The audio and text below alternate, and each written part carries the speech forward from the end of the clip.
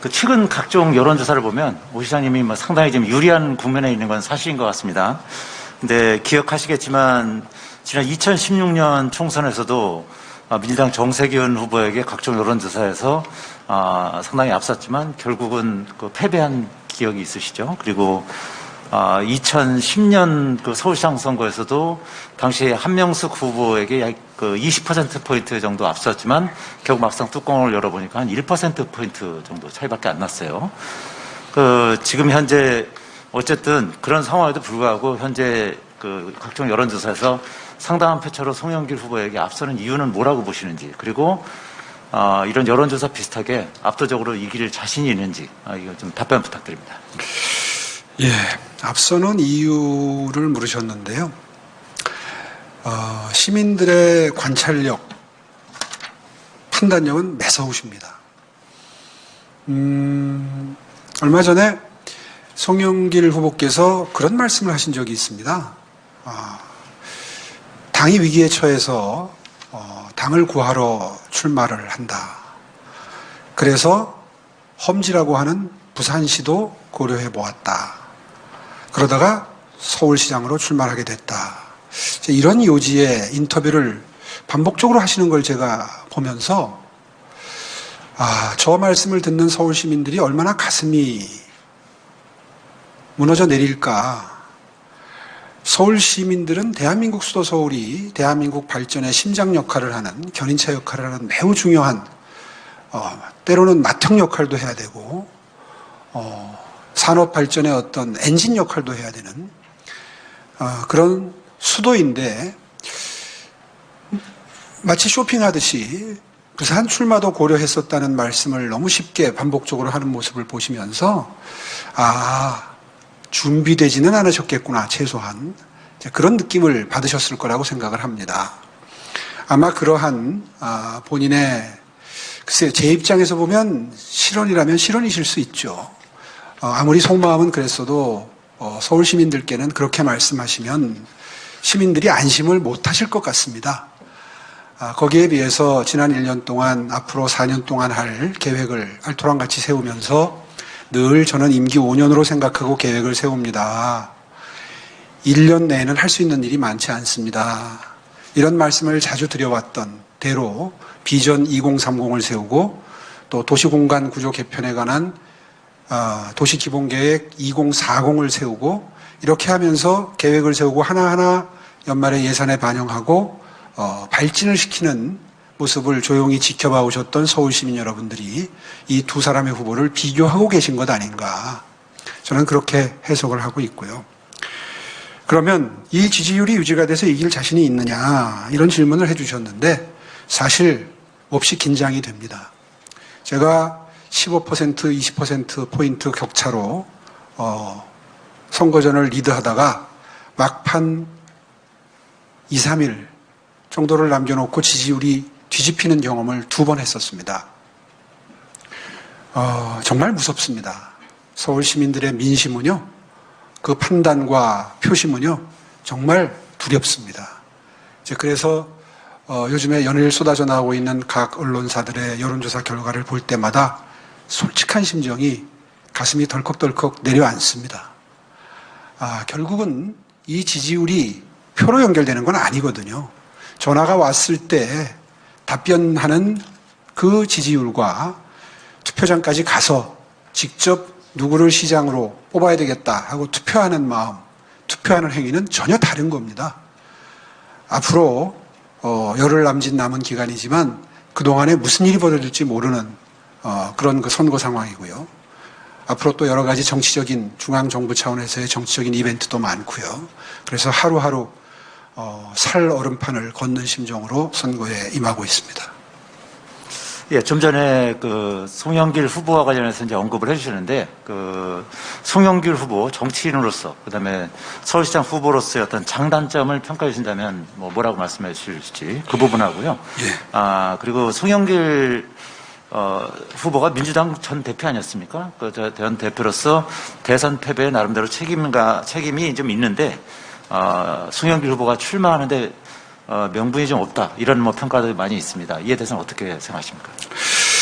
예, 뭐 출마의 명분이 있다 없다를 상대 후보가 이야기하는 건 전 도리가 아니라고 생각합니다. 어떤 경위를 거쳤건 또 어떤 마음가짐으로 출마를 했건 일단 동등한 후보로 등장한 이상 그 부분에 대해서 평가는 저는 유보하는 것이 맞다고 생각합니다. 그게 상대방 후보에 대한 예의라고 생각하고요. 다만 경쟁 후보로서 장단점은 비교하겠습니다. 장점은 이번 선거에 임하면서 부동산 정책에 관한 한 저희 국민의힘이 그동안 주장해오던 입장을 거의 유사하게 정립을 하신 것 같습니다. 실제로 본인은 민주당 대표를 할 때도 그렇고 그전에도 그렇고 부동산 정책에 대해서 국민의힘의 입장이 또 오세훈 시장의 입장이 당시 오세훈 시장의 입장이 옳다고 생각했다라는 스탠스인 건 분명한 사실이고요. 그 점은 굉장히 제가 높이 평가합니다. 상황 파악을 제대로 하신 걸로 보이고요. 다만 아쉬운 점이 있다면 거의 민주당의 당내에서도 오피니언 리더급이시고 또 당 대표도 결국 하셨는데 그때는 이것을 관철시키지 못한 것에 대해서는 정말 준엄한 국민적 평가가 따라야 될 부분이라고 생각을 합니다. 단점이 있다면 후보로서 이런 말씀까지는 제가 드릴 자격이 있다고 생각합니다. 그분은 국회의원을 5선 하셨고 그리고 인천시장으로서 4년 동안 인천시를 경영하셨습니다. 물론 잘한 부분도 있으시겠죠. 그러나 세상의 객관적인 평가는 그렇게 썩 인천시정을 성공적으로 이끈 시장으로 평가하고 있는 것 같지는 않습니다. 여러 언론이 또 기관이 평가하는 시스템들이 있는데요. 그걸 제가 쭉 서치를 해봤습니다. 일을 잘했다, 상위 그룹의 평가가 됐다 하는 평가는 저는 발견을 못했습니다. 거의 대부분 중하위권으로 평가가 되고 있으셨더라고요. 임기 말에 이를수록 점점 더 평가가 좋아지지는 않았었습니다. 첫째는. 두 번째는 세 가지 정도를 볼 수가 있는데요. 첫째는 그분 임기 중에 빚이 많이 늘었습니다. 인천시가. 본인은 전임 시장이 송도 개발을 하느라고 늘려놓은 빚을 갚느라고 굉장히 노력을 했다. 이런 변명을 하십니다. 근데 제가 심층적으로 들여다보니까 그 변명은 논리적이지도 않고 사리에 맞지도 않는 변명입니다. 왜냐하면 전임 시장께서 송도 개발에 많이 투자한 건 맞아요. 그런데 그것을 비판하면서 시장이 되셨습니다. 심지어는 전임 시장을 송도 이장이다. 송도밖에 모른다. 인천시는 관심이 없다. 그래서 빚을 많이 늘렸다. 이러면서 부채를 들고 다니면서 이렇게 부채질을 하는 걸 선거운동을 하시면서 어떻게 보면 좀 조롱을 하신 거죠. 그렇게 해서 시장이 되셨으면 빚을 갚는데 총력을 기울이셔야지 옳지. 그렇지 않습니까? 빚이 오히려 늘었다. 9조에서 13조 정도까지 늘었다. 재정 상태를 모르고 시장이 되셨나요? 그런데 4년을 일을 하시고도 빚이 늘어난 거에 대해서 전임 시장 탓을 한다? 이것은 사리에 맞지 않는 말씀이라고 생각합니다. 첫째는. 두 번째는 인천시장을 하면서 무슨 국제기구를 유치했다 이런 말씀을 많이 하십니다. 국제학교를 유치했다. 그거 다 전임 시장님이 송도 개발해 놓은 덕분입니다. 송도라고 하는 빈 공간이 생기지 않았으면 그런 유치가 불가능했죠. 적어도 전임 시장님께 그 점에 대해서는 경의를 표하시기 바랍니다. 옳지 않습니다. 두 번째로는 청렴지수입니다. 저는 5년 동안 시장직 수행하면서 청렴도 1등을 2번 만들었습니다. 아시다시피 제 취임 이전에 서울시의 별명은 복마전이었습니다. 서울 경기가 지자체 평가에서 늘 최하위였습니다. 그럴 수밖에 없죠. 이해관계가 걸린 인허가가 많은 곳일수록 부패가 심할 수밖에 없죠. 그 서울시를 저는 청렴도 1등을 2번 만들었습니다. 그건 정부 평가입니다. 객관적인 평가입니다. 인천시는 청렴도가 만년 하위였습니다.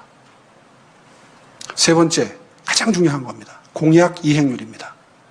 인천시장으로 4년 재임하고 나서 마지막 해에 매니페스토 실천본부에서 평가한 평가가 매우 좋지 않습니다. 공약 이행률 15%입니다.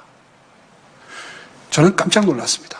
대부분의 지자체들의 공약 이행률은 적어도 60, 70%는 넘습니다.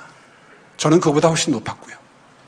작년에 그 어려운 시의회 상황에서도 제가 했던 작년 보궐선거 189개 공약은 100% 착수율을 기록하고 있습니다. 많은 비교가 될 겁니다. 이렇게 그분의 업무 수행 평가, 청렴도, 비제 증감 이런 종합적인 평가를 해보면 결코 인천시장으로서 성공한 시장은 아니셨다. 이 점을 정말 정확하게 짚고 선거 전에 임했습니다.